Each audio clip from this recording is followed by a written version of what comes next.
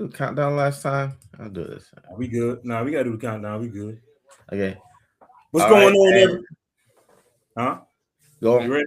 Yep. What's going on, everyone? Welcome to the Black Shield Podcast After Hours, where we have real conversation happening with lights go low and the truth comes out. I'm your host tonight, joined by an all-star panel holding it down with me, my co-host Rashid, the light for straight out of ATL, always bring clarity, perspective, and real talk. Later, we might be joined by my brother Andre Ewing, that represents Cincinnati, giving us insight, wisdom, and experience you can't fake. And from a civilian standpoint, my guy Victor Wesley in the building, asking questions people really want answers to and keeping the conversation grounded in everyday reality. And tonight, we honored to have a special guest, my brother, investigator Jamie Burgess from the Orangeburg Sheriff Department. He's here to give us professional insight, transparency, and facts from the law enforcement side of the badge. So buckle up. This is the Black Shield After Hours, where we don't shy away from the tough conversation. Let's get it. Get it. Yeah. All right. Welcome, everyone. Well, before we get started, hey, Jamie, introduce yourself. Let the people know about yourself, man. I'm Jamie Burgess, of course, investigator Jamie Burgess. I work with the Orangeburg County Sheriff's Office. Prior to working in the Sheriff's Office, I worked with the South Carolina Highway Patrol. I was a trooper for 8 years, and I started with the Sheriff's Department as of the past September. And I investigate major crimes. Major crimes can consist of murders, aggravated assault, rapes, child fatalities, or crimes against child. You name it, we do it. God bless you, bro. God bless you on that one, bro. Some tough things you work with. Yeah. Right. On a lighter note, two things I want to get. Rashid, boy, you looking good, baby. That face getting slim. I see you hitting hard in the gym, baby. Woo! I see you hitting it hard. Proud of you, brother. Proud of you. Man, hey, that's a 52-year-old body, man. I'm almost 53. Woo, boy. There we go. Yeah. There we go. Yeah, Brother Dre made it. Brother Dre made it. What's up, Dre? Man, don't start no trouble with me now. Don't start no trouble. What's happening? Hey, before we get with the topics, man, I want to ask you guys. I asked Victor and Jamie about this earlier, but man, who you guys got Sunday for the Super Bowl? Seattle all day, bro. Yeah. You know me. They got to get some revenge. They got to get some revenge. Right, that 1 yard line, baby. That 1 yard line. They got to make it up for Marshawn Lynch, baby. Hey, let me ask you something. The computer specialist. I got a Mac, and when I go to the StreamYard, it's telling me to open with, and it's giving me options like DC Hub, Cloud Convert, Funky Photo Editor. What's now on the Mac? It's not letting me. I'm on my iPhone right now, but on the Mac, it's not letting me just open right up. That's odd. I mean, it should just take you right into StreamYard. Yeah. That's because you're going through a web browser, right? It doesn't give you options for like Safari or No, see on my phone it did. It went right to it on my phone, but not on the Mac. It's not letting me do it. Okay, and you just click on the link and it takes you to that. I mean, it gives you that option. Let me see something real quick. Hey Dre, this is my boy Jamie Burgess, investigator from my Orangeburg Sheriff Department. Hey, how you doing, brother? Hey, how you doing, Dre? Good. Hold on, this might do it. Let me see something. Okay, I see what you're talking about. Oh, it's kind of giving me a whole commercial though. Yeah, I mean, I see it open with, but only happens when I right click on it. But You were saying music videos and all kind of stuff. Yeah. Usually, if you just click on it, so make sure you're using the left side of the mouse to click on it. Right. And it should just open the link and Yeah, I see it on the email, and I'm let me see. Should I just go to the the first link? Let me see. Yeah, the first it has the browser based live. So you might just have the link, or it might have a little blue square. All right, that says StreamYard. It's gonna be better. Can you see me yet? Hold on, I'm see something.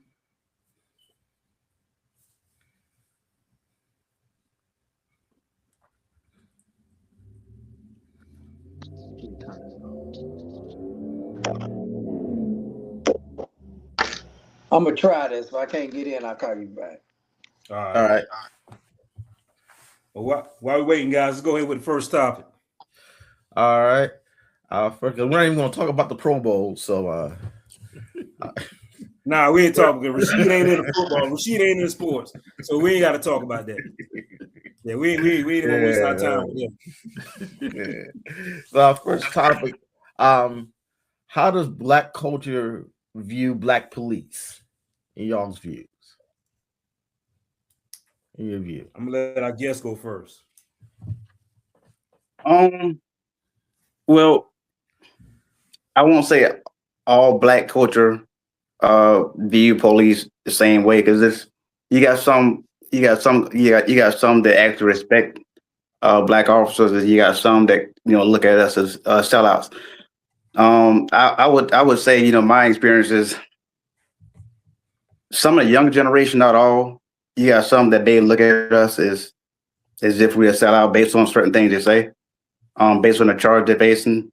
You got some that would say things as if expect favors or expect the lookouts simply because we're the same color. But I would say this, like when I look, so basically when I look for violations, I don't look for race. When I pull over cars, I don't look for colors. I look for violations. The majority of the times I investigate cases or pull over cars, whatever the case is, I have no knowledge, the race for the person I'm stopping. All I'm doing is, taking action to the violation.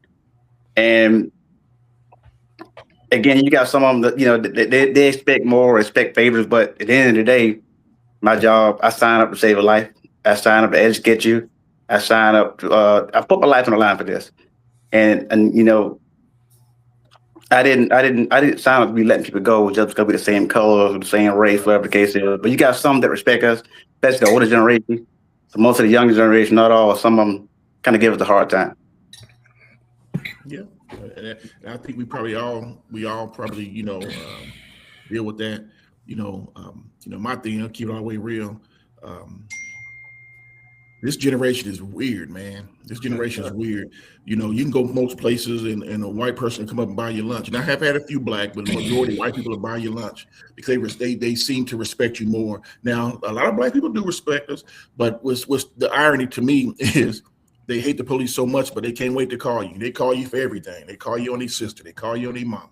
They call you for everything. And if you ever, I tell people all the time, I say, hey, just ride with a police officer and listen to the radio, or get you a scanner app and listen to it. And you'll see for yourself, who's calling and why they're calling. They hate us so much, but they love to call us. A lot of them do expect preferential treatment because of their color. A lot of them feel they use their color as a defense mechanism. Why are you doing this? Because I'm Black, like brother said. And when he's pulled over a vehicle, he don't know what color that person is in that vehicle. You're making a stop on the vehicle and whatever violation, not the person. Because most of the time we don't know who we're dealing with. And, but we love to be the victim. We love to be the victim. Brother Dre, what you got, big dog? Was that how that sound? How that picture look? Christmas. Nice. That's perfect. Oh, man, that's all popping. Got to make sure Brother X is in the background. Yeah, we see you. And we're talking about how Black culture views police. Yeah. I mean, it's interesting because it seemed like you can't win for losing. If there's a white issue that comes out, they want to know where the Black cops speak out. Then if you speak out as a Black cop and you go against the status quo, then you are Uncle Tom. And it's almost like you trying your best to, even if it's clear cut, they still want to break. So I mean, I think being a cop in today's culture as a Black man, it's 3 times as hard as being a white cop, because they want you to choose a side. It's interesting because on our Black Shield we said we're not here to take sides, we're here to save lives. But people, man, they don't even care. They want, you gonna do me like this, bruh? I mean, come on now. I'm like, bro, you got pounds of dope in the trunk. And you like, man, but we brothers, bro. I'm like, come on, man, stop it. So yeah, it is harder, man, in today's culture. Hard to have, especially what you see nowadays. They always want us to jump in and save them, but when you actually have to arrest them, or say you call out people, especially me, I call out people in the city that's doing we got mass homicides, mostly black on black.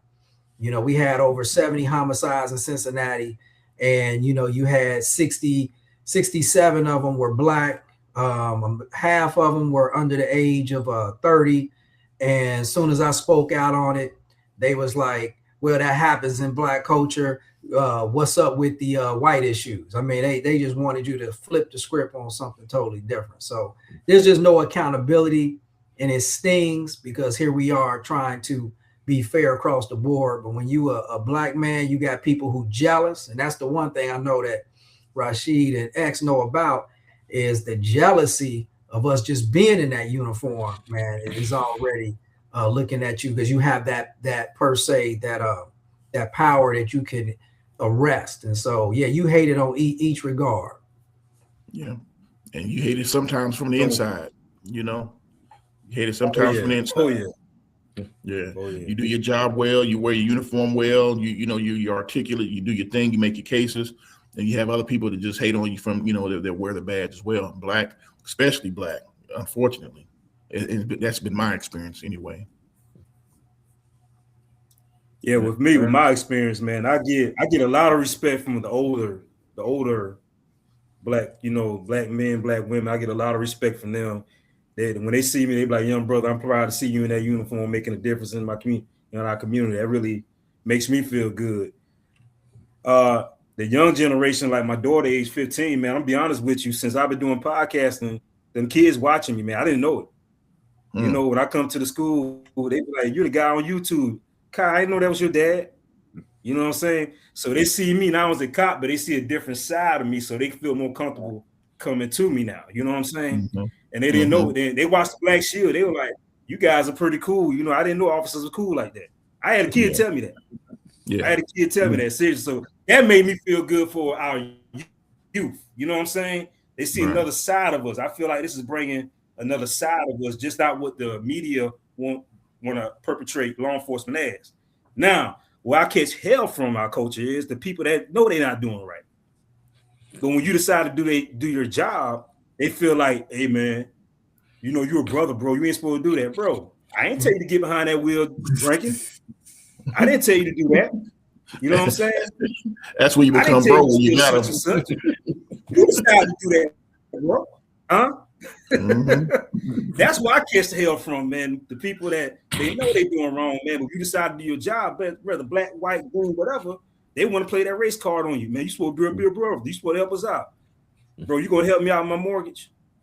You gonna pay my bills if I lose my job? I look out for you, which I ain't doing. Right? Absolutely. What I told y'all on Black Shield, I lock my own damn brother up, man. If he do wrong, didn't I tell y'all that? There you go, bro. There you go. Yeah. Didn't I tell y'all that? Burgess, you know. Yeah, I know. Yeah. There you go. Burgess, he lock his old mama up, huh? Hey. Yo, yeah, man. Hey, bro, black, white, or indifference, bro. Hey, you out there doing wrong, you got to get it, bro. Let's talk real quick about just, you know, I know I've patrolled white areas and black areas. I patrolled affluential black areas. They got money. I patrolled slums, you know, white slums and black slums and Hispanic slums. Slums are slums, right? But the biggest thing you see is what? In black areas, in poor black areas, they want to hang out at the gas station. They want to hang out at the corner store. They want to hang out on the block. You don't see that in white areas, in wealthy or not say, like, you know, middle income black areas. You don't see that. You don't see that in white areas pretty much at all, unless you're in a trailer park somewhere. You don't see that. And it's like our brothers and sisters don't have nothing else to do but hang out and cause issues. And I understand. It's like we overlook that. Like, well, we want to talk about that. We're over police. No, we're not over police because y'all the ones that's calling us. You doing this, and then you not only you most, and let's keep it real. Most of them cats, they be talking about they don't snitch. They the ones that snitch. They be snitching their ass off. That is so true. You know what I'm saying? They say they don't snitch, but if you listen to your radio calls, they calling on each other all day, every day. In white areas, they ain't doing that. But what you will see, you see Harry. I don't know if y'all remember Bewitched, and you see Harriet from across the street. She all in the window. She see everything, and she calls. Guess what you don't have in there in her neighborhood? You ain't having that much crime because she telling. You know, we have to get out the mentality of snitching. What is snitching? Snitching is me and X go out and do a crime, and then I tell them. Yeah. That's snitching. Snitching ain't me seeing somebody beating or perpetrating a crime against another person and me calling the police. That's not snitching. You know, because honestly, if one of our daughters, mothers, you know, aunties out there and somebody's victimizing them, we want somebody to call for them. We don't want to sit like, man, I ain't tripping on that. We want somebody to call for them. That ain't snitching. That's just being a good citizen. That's being a human being, right? Right. Yeah. Yeah. Do y'all think let me ask you this overall? Oh, go ahead. Do y'all think it's a more overall societal thing of taking accountability? Like individual accountability for yourself and your actions. You talking about on the sense for the sense of the citizen? For idea as far as complaining about policing your area being policed more when you're calling more, or getting mad with an officer who won't give you the hookup when you know you did the crime. You know, just it. That's what if I did not take, because if I know I committed the crime, you know what, yeah. Just do what we gotta do. Nobody wants to take accept what they've done. They don't want to be told what to do, and I get it. I mean, it's uncomfortable for somebody to pull you over and tell you put your hands on the steering wheel, or it's uncomfortable. It is, you know. But honestly, you can make that, you can dead that whole situation, do what you told, and you be out there 2 or 3 minutes. But you can be an asshole, you know what I'm saying? And I know my constitutional rights, I ain't giving you nothing. An officer can explain to you exactly what they're doing, why they're doing it, and you still fighting them. And then guess what happens? That 2-3 minute altercation turns into a lifetime of pain, because now you got arrested, you got a record, got to go to court, and that stuff ain't overnight sometimes. And that's the easy part. Sometimes you get hurt or get not here no more, you know, and that's unfortunate. We have to take accountability as individuals. You have to take accountability of your actions, but our kids ain't doing that. I don't know where we've gone wrong, but our kids, it's everybody's fault but theirs. Yeah. The respect thing I've seen overall, even, and I work in schools with teachers, they're saying that there's a lack of respect for authority overall. So it's not just y'all, it's like even authority. That starts from home, man. That starts from home. That's my next question. So do you think the problem, you know, all starts at home, and that's why these kids are the way they are now? Single parent homes, or parents condoning what they do, or what do you think the issue is? Yeah, I definitely think that's part of the issue, because we're letting the internet and TV raise our kids. You know, everybody, they got a phone at 6 years old, and Lord knows what they're looking at. That's who's raising them. And then, you know, the thing is, when a child gets in trouble or something, don't touch my child. Don't, you know, I've had situations. I had a kid riding down the street on a dirt bike, no helmet. I saw him going up the block, trailing. I had a little girl on the back of it. And as he came back, I stopped him. I said, young brother, I said, man, you ain't supposed to be out here on this thing like that. His dad came up. Dad was cool. Man, thanks for stopping him, man. I'm going to walk this thing back. His mom pulled up. Oh, hell hit the fan, brother. She was going, why, y'all ain't got nothing better to do? I'm like, wait a minute, hold on. You know, your son's out here. You should be glad that we stopped him before he get killed out here.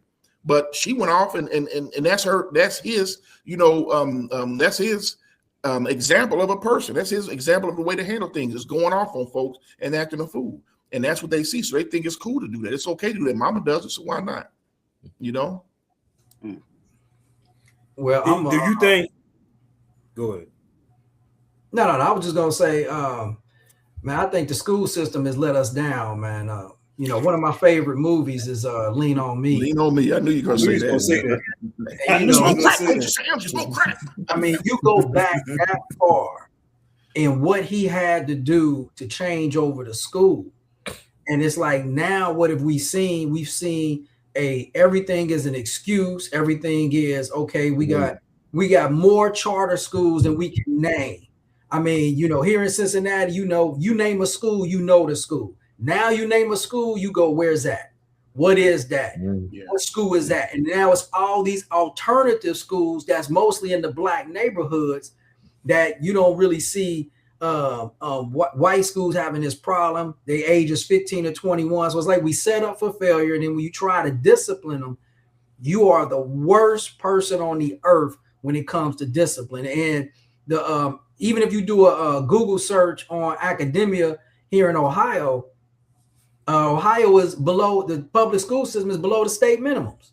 So here it is, we back at the say lean on me era, but the problem is that they are not going to allow discipline in schools anymore. They're not going to allow teachers to really teach and throw out the clowns that are causing all the trouble. I've never seen where you get 2, 3, 4, 5 chances, and then we're going to turn around and send you to this other school to get 2, 3, 4, 5 more chances, and our kids are not graduating. And that's what people are not talking about, is how this is really affecting the less fortunate and African-American culture. And who was Joe Clark's biggest nemesis on that show, on that movie? That black sister. You know what I'm saying? Yeah. and so fast forward to today, you know, some of us are our own worst enemies.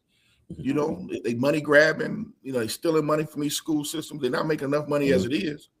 You know, these teachers are underpaid, overworked. And you got some teachers that really want to be teachers, and they put money into, you know, their own classroom out their own pocket. And you have somebody always stopping them from doing stuff. And it's usually us, usually our own folks. I know a lot of people talking like, hey, the men need to step up in the community and doing that. And at this moment, that's what I'm doing. I'm walking like I talk it. I know sometimes you can't rely on these parents, especially these single mothers and the school system. So we got to try to raise these young kings and build them up ourselves, man. I'm teaming up with this guy, Brian Mans. You see his jersey right behind me. He's former Clemson player. He played for the Washington Redskins. We're doing a mentoring program for kids right now. And I'm linking up with the captain of the detention center right now, Miss Captain Captain Ray, I'm sorry, to bring the young men through the prison so they can see what life choices. If you make the wrong choices in life, what it look like. What's your future? You keep going down this road, I'm showing you your future right now. We starting from there. And then we're going to move on to other things, man. Cause I'm going to tell you now, man, I meet some of these young men, man, they don't even know how to change a tire, bro. You know what I'm saying? They can't even change the tire, bro. Something simple. I taught my daughter how to do that. Yeah, sorry. You know, I had a dude call about a bird in his house. He had a bird in his house. He'd been 20-year-old, big, bulky dude. He come out. Right. Hey, officer, I got a bird in my house. I said, okay, get out. I mean, I said, brother, you see you know what I mean? Where your girl at? Yeah, man. I think it starts with community, man. So I'm to the point now. I made a decision back in 2025. I'm executing it now in 2026. Man, if I want to change my community, I can't rely on these single mothers. I can't rely on the schools. We got to go out there and do it our damn selves, you know? That's right. Right. That's right. That's right. What's next, Vic? All right, next, y'all kind of mentioned this around it. I say kind of get from both sides, but I asked the question: do black officers really bleed blue? What you got, Jamie? You said, do black officers really bleed blue? Yeah. Right.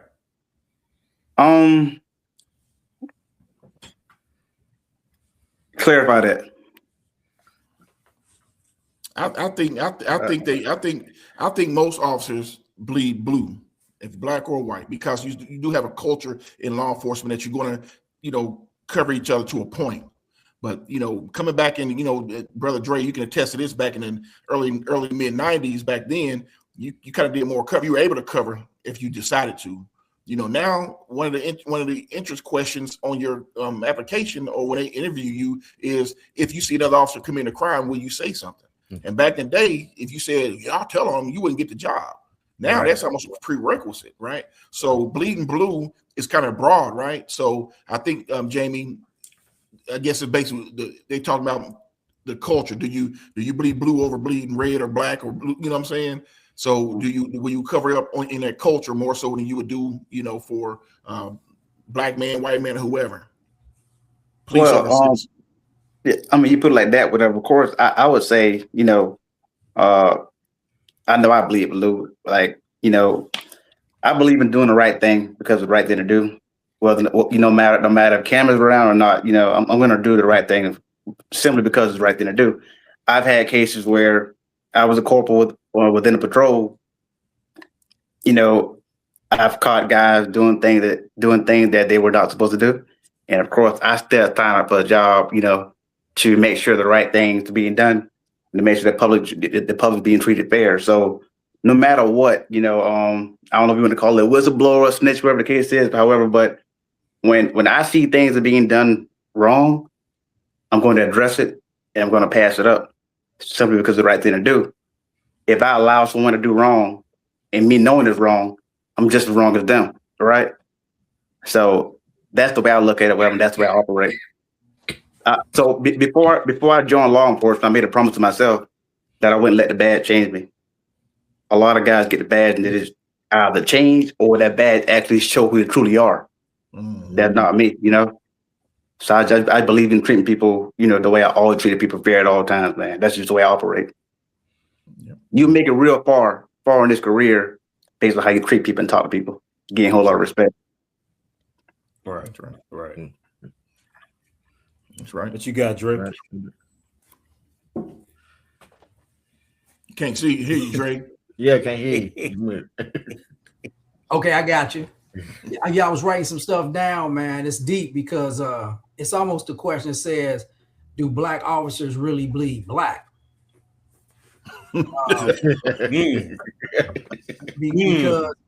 Because man, what comes down to it, the white brothers bleed blue all day, and they gonna make sure they bleed blue. And I'm gonna give you a perfect example. Here in Cincinnati, our chief of police got pretty much suspended with pay. She's white, and she is right now controversial, said a lot of ignorant things, and the city manager, who's black, finally got rid of her.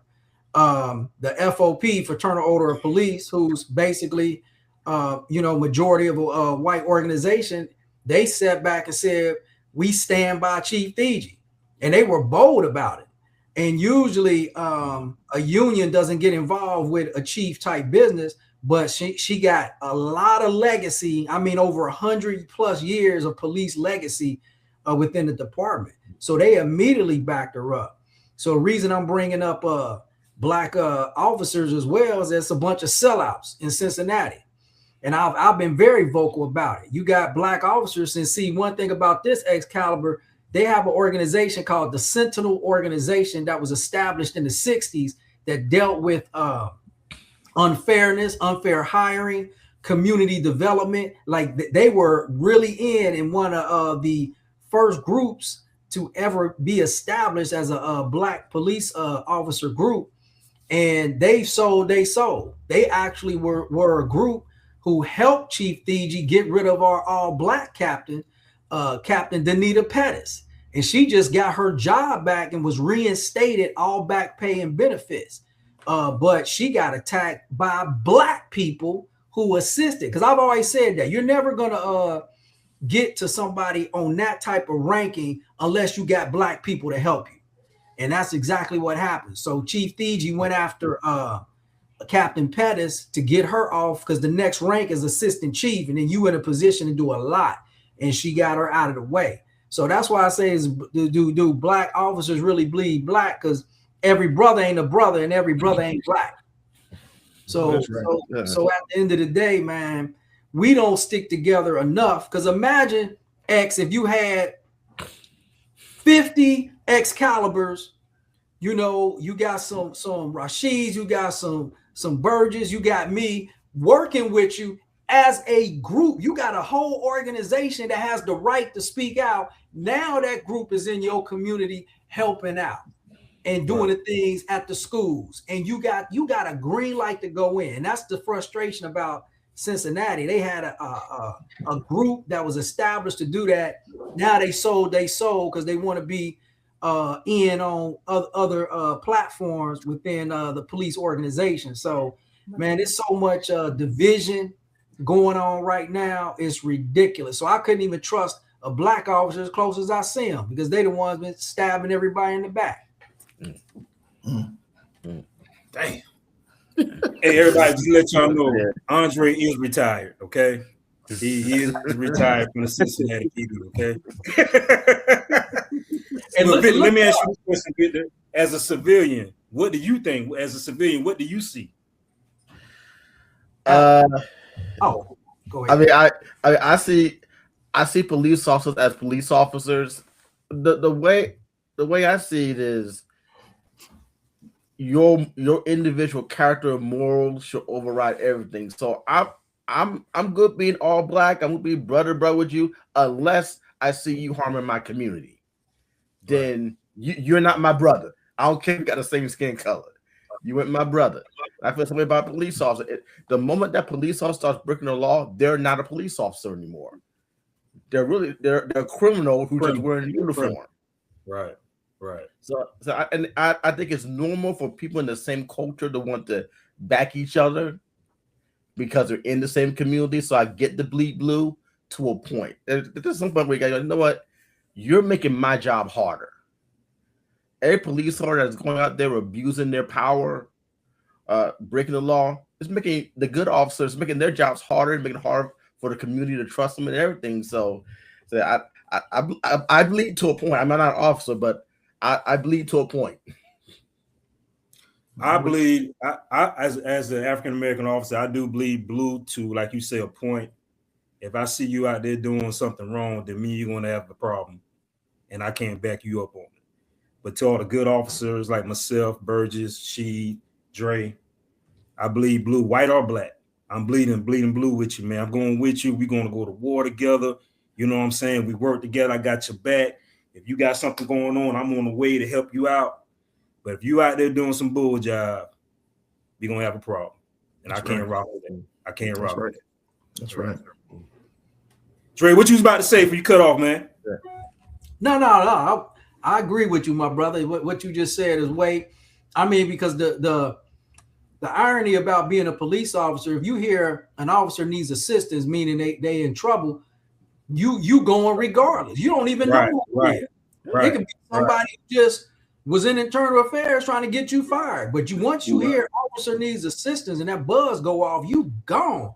So in that regard, yes, you bleeding blue because you won't want to never see your fellow brother, sister, man, get gunned down, get killed, get hurt, or what have you. But that's where if everybody decided to be consistent in this game, man, that's the more thing. lives would be saved all the way around, and we shouldn't even be having these discussions if people wanted to just work together to build up their community. And that's the frustrating part. We don't work together, man. That's frustrating. The one thing I will say about with Burgess department, I see on social media, and Burgess, you can tell me if I'm wrong or not, but it seems like you guys are big in community, man. I mean, his area, Orangeburg, I think is primarily African American, correct? Yeah. We definitely are big in the community. And that's what I love, man. I love being a community servant. Like even with the county as well as patrol, I did the same thing. I used to ride around with coloring book and coloring books in my patrol car. As long as it was found with the parents, I enjoy giving it to kids because a lot of these kids, growing up without a father, a lot of these kids don't have a dream. And I like to, be that example, be, some type of public, figure for them to make them believe that they can do anything. Some kids don't believe that they can be a police officer. Some kids never seen a black cop, So I definitely enjoy being out for the people, man, and just, showing them that we all aren't the same. We're not a robot dude. We're approachable. So I like that. Yeah. That's what's up. That's funny you say that, man. I keep some teddy bears in the back of my car too for some kids, man. If I come roll up on a bad wreck and they're scared, I give them a toy just to keep them calm. You know what I'm saying? Mm-hmm. Right. You guys have any involvement with you guys have any involvement with the universities there? Yeah, my bad. I wanted to ask, does anybody's department highlight with their public information office doing a lot of positive commercials with police? You got the social media, because you hear everything negative. Anything a negative police officer do, it's going to be highlighted immediately.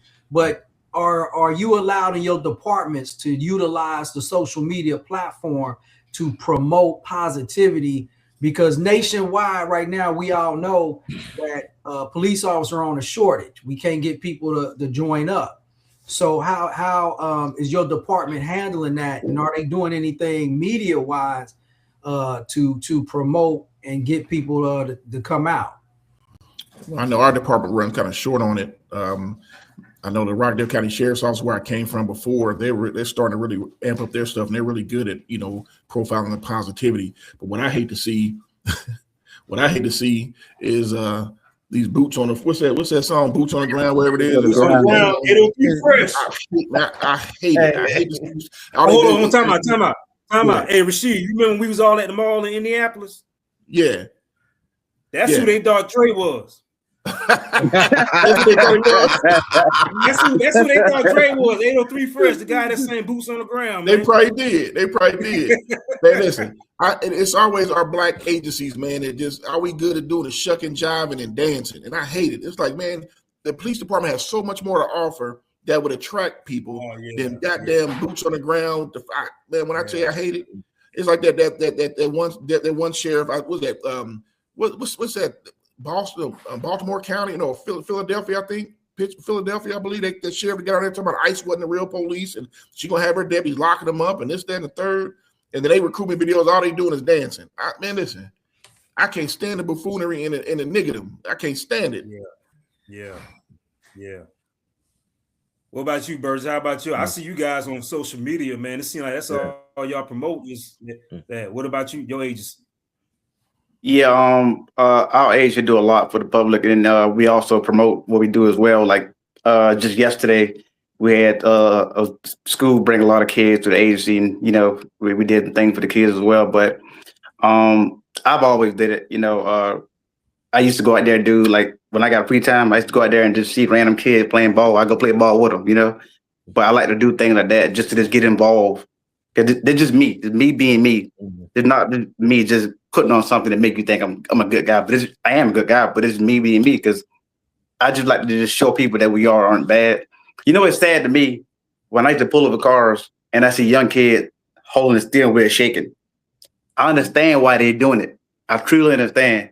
But deep down it hurt, because I know what they're feeling right now.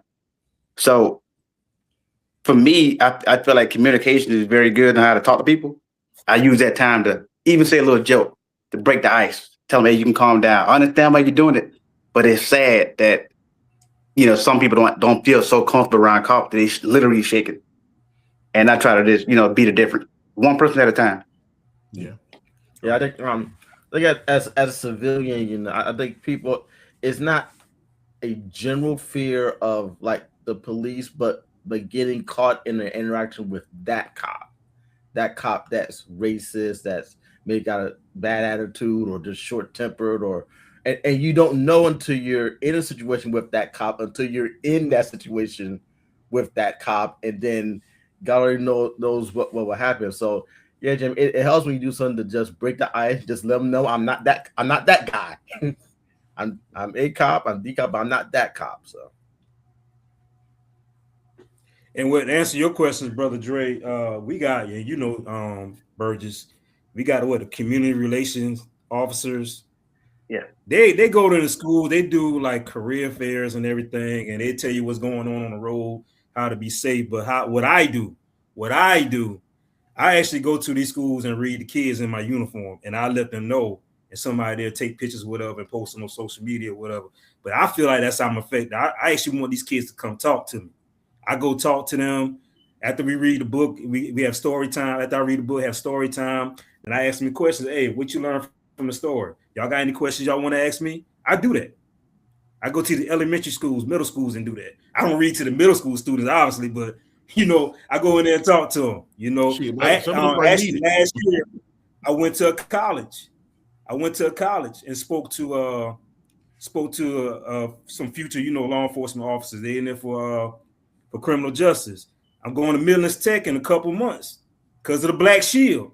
Go talk to some criminal justice officers. You know what I'm saying? So that's how I feel like I make a difference. Let people see us in a different light.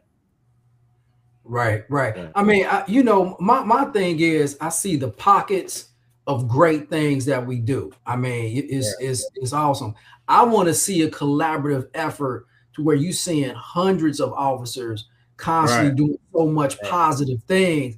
that you can't even ignore it. I would have loved to have seen your department, my department, and Rashid's department say, oh, matter of fact, we're going to go ahead and fund the whole Black Shield, and we're going to promote the crap out of it and make sure that we follow 3 positive Black brothers that's doing something with their families and show something that they don't see on a regular basis of how we live. Right. That's the kind of support, man, I would love to see of somebody just really showing, hey, you know what? Burgess is a real life guy, and I seen him on a Netflix special, and this is exactly what he does in the community, at home with his family, how he takes care of his kids. He goes out of different places. Now we highlight it in different ways, man, that really make people say, you know what? I want to be a police officer now. But we're not shown enough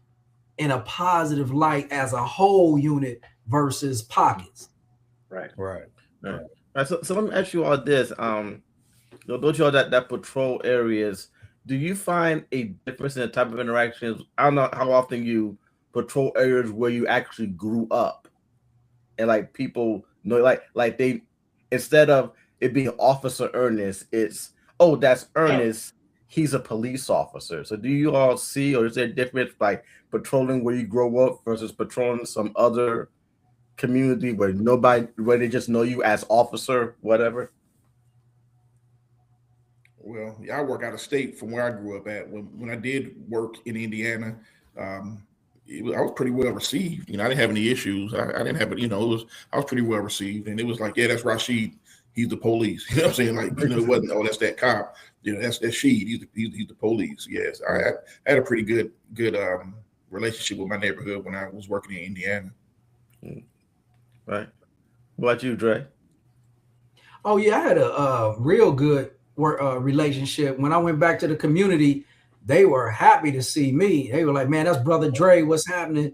Hey Dre, what's good? So to see a familiar face that always kept it real, and that's the one thing. I never pushed or try to violate anybody's rights, go to the extra extreme. And you know, as an advocate for prison ministry, you know, even when I saw individuals that I grew up with, and that was the tripped out part, is here it is, I'm going to prisons, they know I'm a police officer, and you got guys that was from the hood that committed murder, major drug sales and deals, and they were like, man, this guy's for real coming in here. And so that's part of the reasons they kicked me out of the prison ministry, because they said, man, this dude know too many people. And because when I saw him, man, I was just like, man, what's up? They like, Dre, we in there hugging, man, like everything is all right. And next day, you know, the warden and them was like, man, get the dude. That's what they need, though. That's crazy. They would put you out. That's what you would think they would want. Correct. Yeah, you would think they would want somebody that, you know everybody and kind of like, you know, relate to them a little bit. You know what I'm saying? You would think they would want that person in there, but hey, that to each his own. Yeah. To each his own. But me, when I worked Orangeburg, I didn't know nobody, man. Only person I knew in that area was my aunt. She lived in that county. But when I transferred to the 2 counties I'm working in now, obviously, you know, I grew up as a little boy. I'm like, I run to everybody, people I know since childhood, man. Some of my teachers, man, you know, they respect me, they love me, they tell me they're proud of me. But you know, they F around, they know what happened. You gonna get him anyway. Yeah, I know you. It's just business, baby. Ain't nothing personal. It's just business, man. Ain't nothing personal. Yeah. What about you, Jamie? I never patrolled the area I work. I mean, the area I live. However, when I go back home, it's all love, having issues at all. But they know what I do for a living. Now, if you get yourself in a situation to where something got to happen, then it is what it is, because that means you don't respect what I do, you know. So don't put me in a bad spot where I got to make this, you know. Right. And that's what I meant when I said, you know, what I said. That's exactly right. Hey, Victor, let's go on to the last topic, man. Okay, one more topic. Kind of talk about, so why is it so? Is it hard to hire new police, and why is it so hard to? If it is, why is it so hard to hire new police officers? Well, so as you know, everywhere in far as law enforcement, we're short. All agencies. Me personally, I believe it is hard to hire, and I kind of blame it on social media.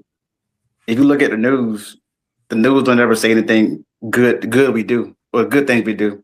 They always promote the bad things. Officers shoot, et cetera, et cetera. Or they might show a short clip. The officer just shot somebody, but they didn't show what happened 30 seconds prior or 30 minutes prior to what led to it. Right. The shooting could have been justified, but the media don't know that.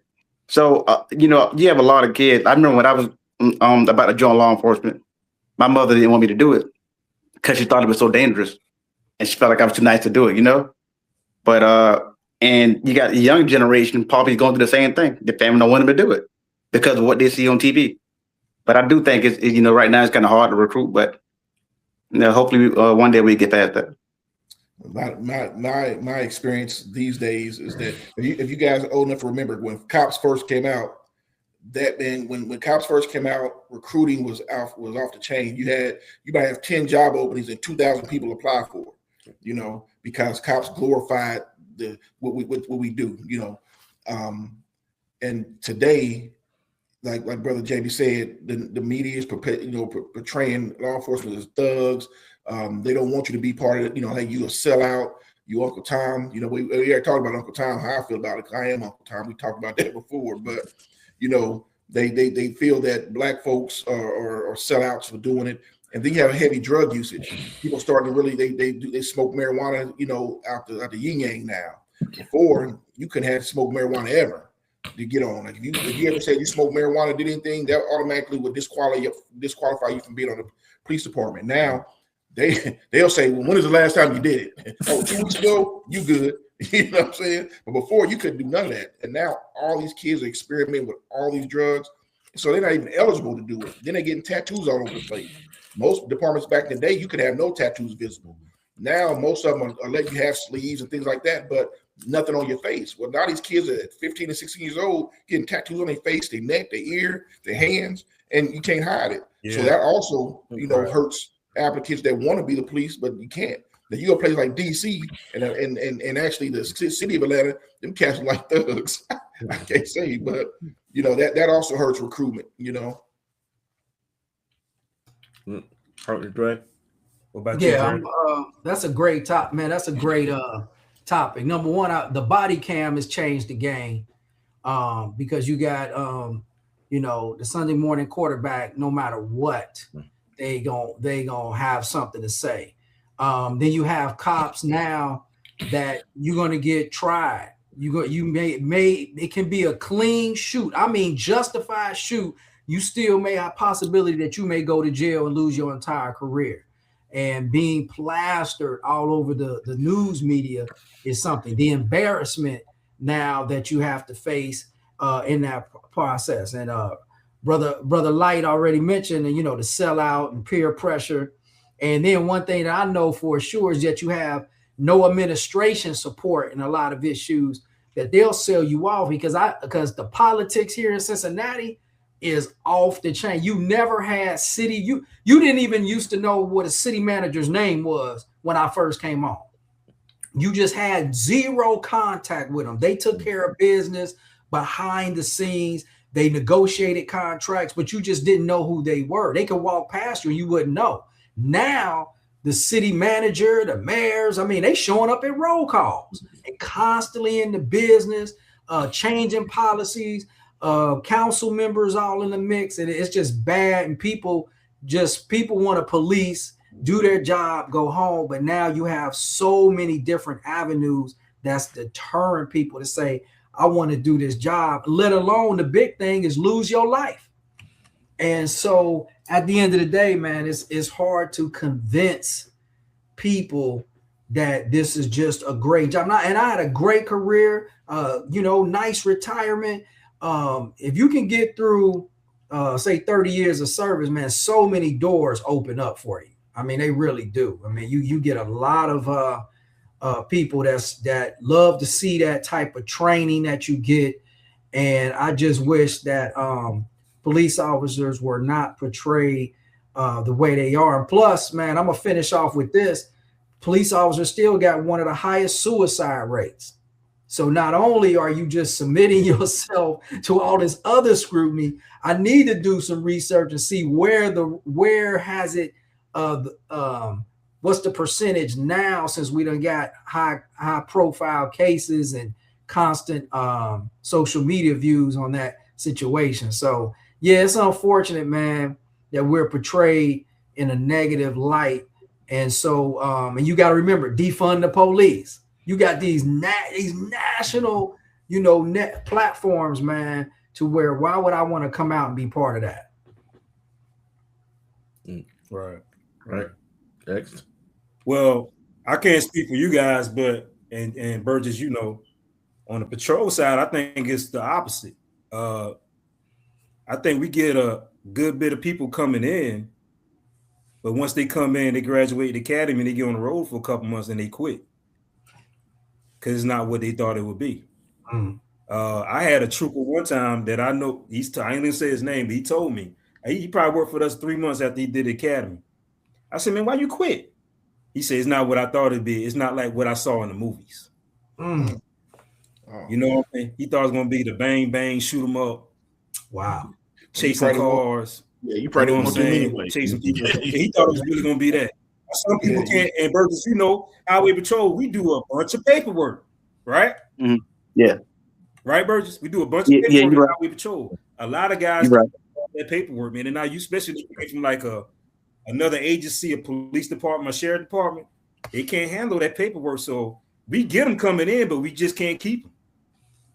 And you got not to mention the money.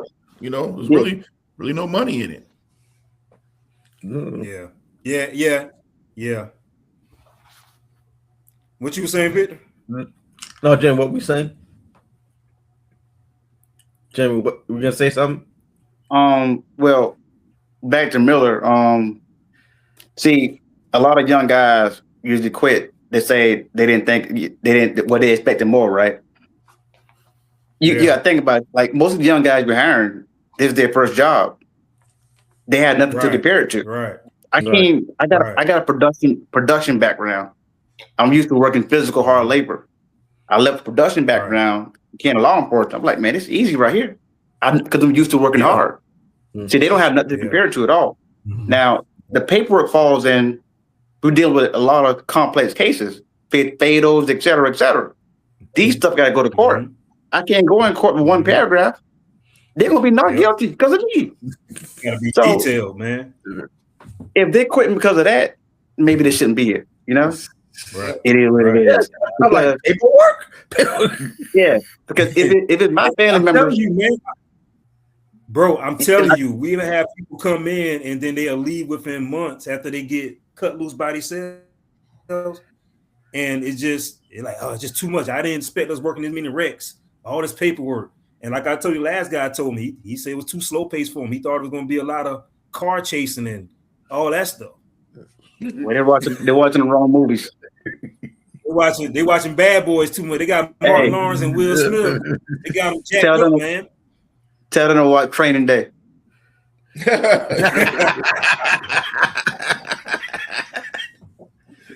Hey, I tell them to watch In the Heat of the Night, man. Oh boy, Birds with Kids.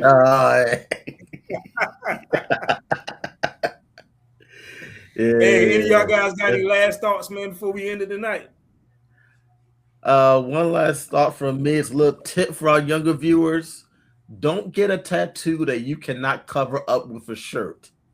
It'll hurt you. Getting tattoos on your neck and face and all that hurts you almost every career. So unless you can ball like LeBron James or act or sing and make money doing that, just stay away. Just cover it up. If you can't cover it up, don't get it. Yeah, you want get a fake one. Get a fake one that you can remove. You know what I'm saying? Do that. Go out to the club with it on there and think you're looking sexy. Then take it off and go to work. I would just say, man, for people that's interested in going to into law enforcement, go to your local law enforcement and ask them for a tour. Ask them, can you do a ride along? Ask them that you can speak to the local chief. Just see exactly what happens in your community and be consistent about it. Don't just do it one time.